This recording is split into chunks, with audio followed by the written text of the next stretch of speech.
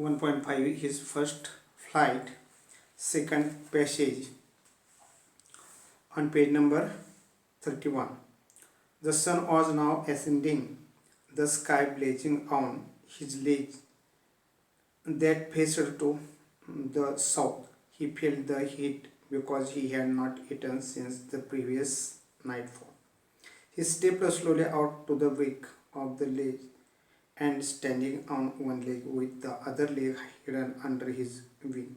He closed one eye, then the other, and pretended to be falling asleep. Still they took no notice of him. He saw his two brothers and sisters lying on the plateau, raging with their heads sunk into their necks. His father was preening the feathers on his white back.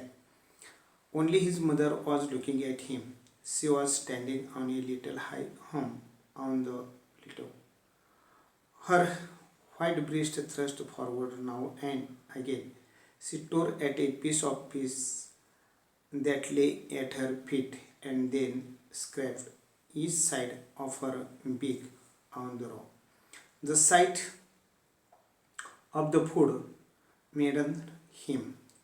How he loved to tear food that way, scraping his beak now and again to wet it. Ga ga ga, he cried, begging her to bring him some food. Ga, call, or she screamed back derisively, but he kept calling plaintively, and after a minute or so he uttered a joyful scream. His mother had picked up a piece of the fish and was flying across to him with it. He leaned out eagerly, tapping the rock with his feet, trying to get nearer to her as she flew across. But when she was just opposite to him, she halted, her wings motionless, the piece of fish in her beak almost within reach to his beak. He waited a moment in surprise, wondering why it did not come nearer, and then, maddened by hunger, he dived at the fish. With a loud scream, he fell outwards and downwards into space. Then a monstrous terror seized him, and his heart stood still. He could hear nothing, but it only lasted a minute. The next moment he felt his wings spread outwards. The wind rushed against his breast feathers, then under his stomach and against his wing. He could feel the tips of his wings cutting through the air. He was not falling headlong. Now he was soaring gradually downwards and outwards. He was no longer afraid. He just felt a bit dizzy. Now I explain it.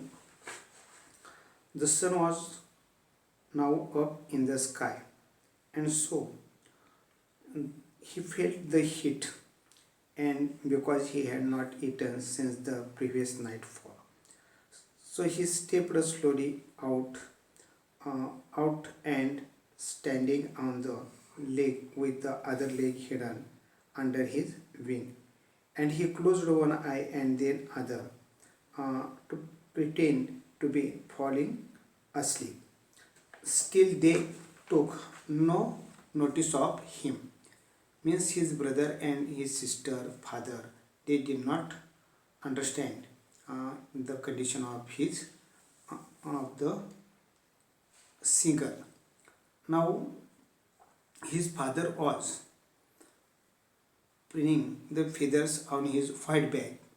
Only his mother looking at him, and she was standing on a little high hump on the plateau. But now she tore a piece of fish that lay at her feet and then go to the rock.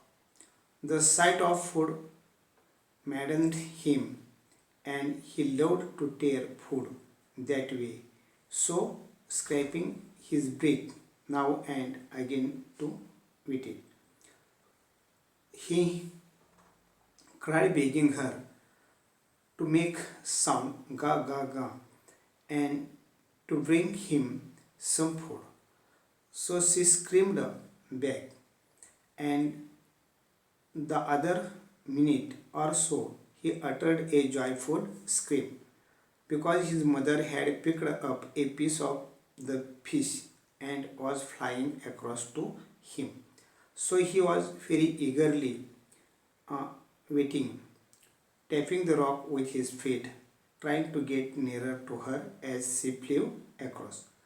But when she was just opposite to him, she halted, her wings motionless, and the piece of the fish in her beak almost within reach to his beak. Now he waited a moment in surprise, wondering why she did not come nearer. And then, by hunger, he dived at the fish. With a loud scream, he fell downwards and outwards into space. So he could hear nothing, but it only lasted a minute. The next moment he felt his wings spread outwards. The wind rushed against his breast feathers, then under his stomach and against his wing. In this way, he fly in the sky, and he was not falling headlong now. He was in the sky.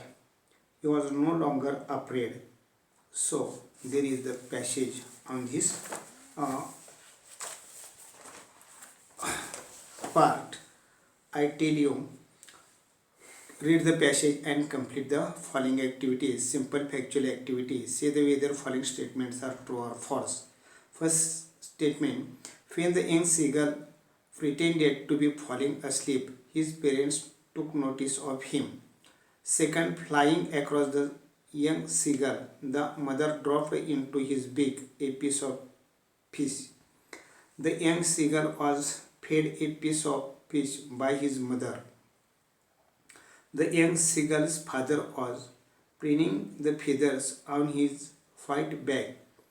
Passage number 2, text page book, uh, pages 31 and 32. The sun was now ascending as he just felt a bit dizzy. A2, complex factual activities. What were the young seagull's parents doing? Second question, why did the young seagull feel hot? And third question, how did the young seagull learn his first flight? A3, activity based on vocabulary. Match the words in column A with their meaning in column B. Column A, ascending, maddened by hunger, soaring, and seized. Now in B column, grab, to flying upward into the air. 3, made one very angry, and 4th, rising up. Then find the present participles from the passage. Now question number A4, activities based on contextual grammar. Identify the tense and then change it into present perfect continuous tense. The sun is ascending the sky. Then change the sentence. Read the following sentence carefully, underline the verbs and find out the tense in the sentence. First sentence is that the sun was ascending now. Second, still they took no notice of him. Third, she is standing on a little high hump on the plateau. And fourth, he leaned out eagerly. And fifth, he just felt dizzy. A5, personal response. Complete the following statements.